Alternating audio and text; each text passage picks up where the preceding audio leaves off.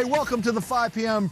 Picks Report, affectionately referred to as the Pre-PPR. We're going to take you around the county and what we call the sports wheel. That in just a moment, but right now we start right here. The Battle of the Musket. Grossmont taking on arch rival Helix. You know something about the Scotties. You also know something about the guy to your left. Introductions, please. Grossmont head coach Tom Carlo. Tom, the Helix defense this year, starters intact, 8 games that they've given up 1 touchdown. What do you got to do to get the Musket?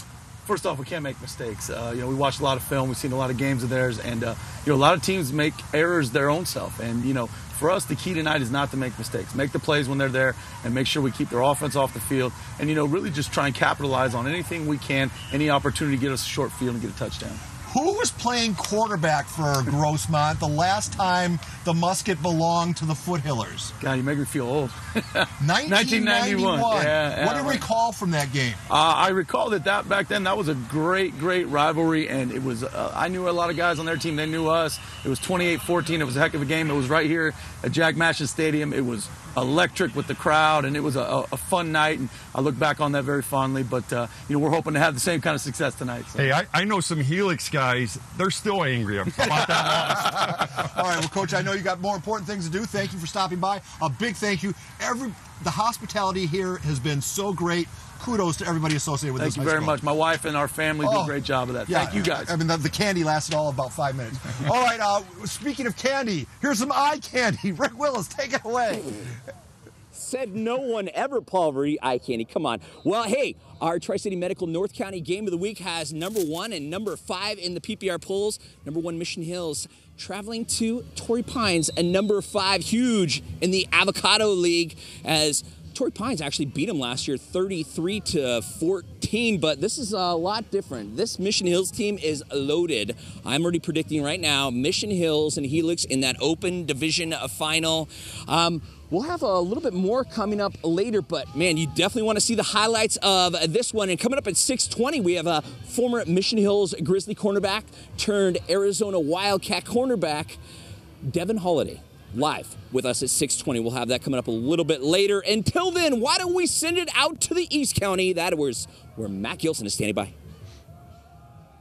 Thank you very much, Rick. We are at Steel Canyon, just a short drive down Hamishaw from Valhalla, and the Norsemen have made their way over here tonight. The Hamishaw helmet is on the line tonight in the East County Game of the Week. Couple players just want to mention to you right now. Brian Madriz for Valhalla. He is all over the place for those guys. He's quarterback, running back, kicks the ball, so you're going to be seeing a lot of him on the highlights tonight on the PPR. On the Steel Canyon side, one guy, Mikel Oliver, he is committed to San Diego State. He's not going to be suited up tonight, but we're going to have him in a little bit and talk to him and hear about his Cougars and hear something about that San Diego State experience, so you won't want to miss that coming up. Right now, let's send it over to Allison Edmonds. Big day over at Lincoln. Thank you so much, Matt. I'm here at Lincoln High School where the pep rally took place this morning, and tonight it is the site of their senior night game against the Madison Warhawks. I'm joined now by head coach of the Lincoln Hornets, David Dunn. Coach, thank you so much for joining us. Oh, no problem. So everyone knows your offense can score. On the other side of the ball, what is some of the challenges your defense is going to face tonight against a young and talented Madison team? Madison always has speed, discipline. Rick always put together a really good team, so we just got to make sure we limit the mistakes. Defensively, got to fly around to the ball.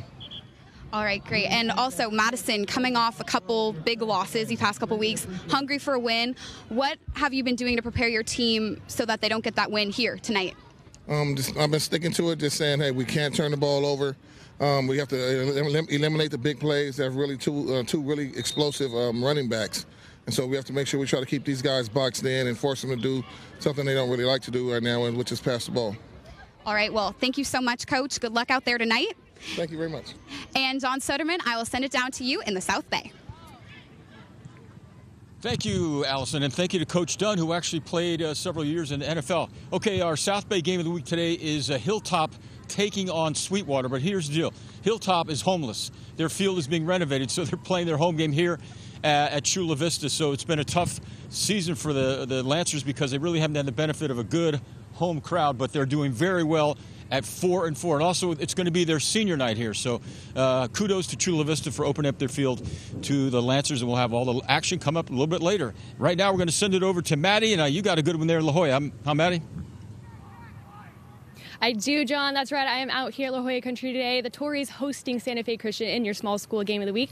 I am joined now with Santa Fe Christian running back Dimitri Washington.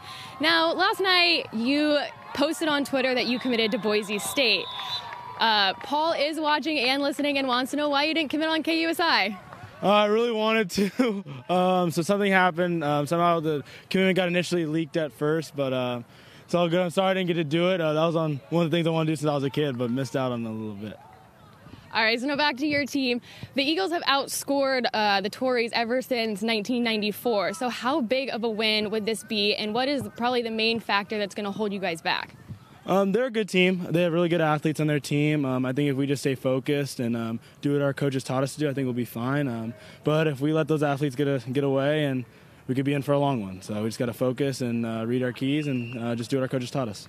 Awesome. Well, good luck to your team tonight. I know you're injured, but good luck to them. Paul, like you said, he wanted to commit on KUSI, but it got leaked. So I'll send it back to you. All right, thank you, Maddie.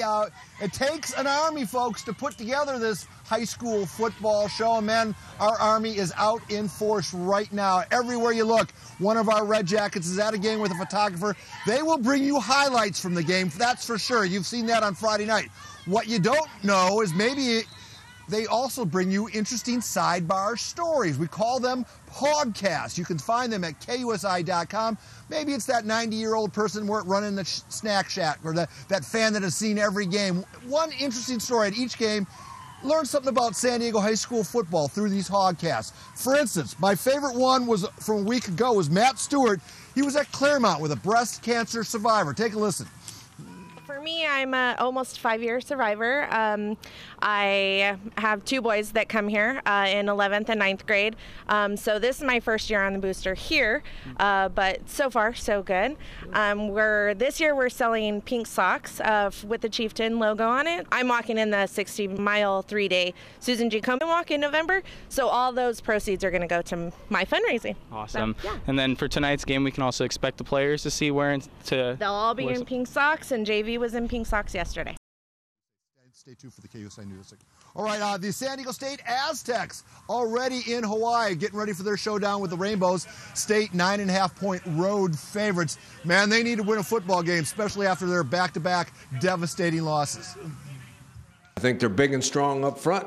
Very similar to the last 2 teams we played. They haven't showed a tendency to slant or stunt very much, but I promise you we're going to see it because that's been effective against us the last couple weeks. But as long as they're in the game and it's close, they're gonna be very conservative on offense too. And they're one of the better offenses in our league. They average almost 500 yards a game on offense. They score 27 points a game or something like that. Tiger Woods has had his day in court. The 14-time major winner pleading guilty to reckless driving and in the process avoiding any jail time. The 41-year-old Woods is also enrolled in a DUI diversion program. Aaron Rodgers' football season was effectively over, so why not make the late-night TV rounds? Rodgers telling Conan that the Anthony Barr hit was illegal again, and that he also said the Viking defender gave him the finger and grabbed his crotch.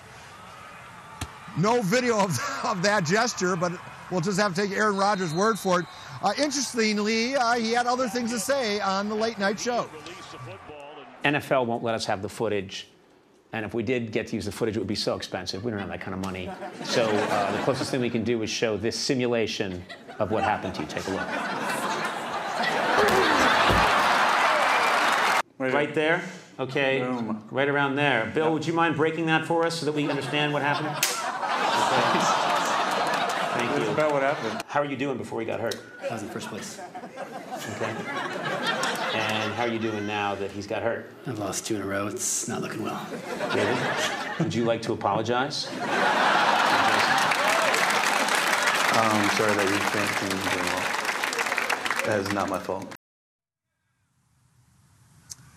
And finally, we've all seen Dale Jr. behind the wheel. But you know what? He's retiring at season's end. He has to find another way to make a living. Right here, we got our temperatures outside. 37 in Concord, 45 here in Charlotte, 36 in Lincoln. Very nice. Very chilly outside. We've got our forecast for today. As you see, is sunny, mild. The highs will be around the low 70s, and we're going into Martinsville Speedway this weekend. Obviously, a big race. It's going to be really, really cool. Temperatures of 50 to 53 degrees. There'll be some showers early in the morning, but we think those are going to be moved out for the race itself. So make sure that you bundle up. It's going to be cold in those grandstands. We'll do it. You're going to see a race. All right, so that's it for now. Coach, you've coached in a lot of these battles for the musket, and they've been pretty one-sided. What does it take to make a rivalry, truly a rivalry? Grossmont's got to win one or two of these, do they not? Or at least make them competitive, and they've been really lopsided. There's a big difference in talent between Helix and Grossmont. But you know what? If Grossmont does their best, maybe they can make it maybe they can compete a little bit. All right, well, that's it for 5 o'clock. The 6 p.m. newscast is coming up right after this commercial break.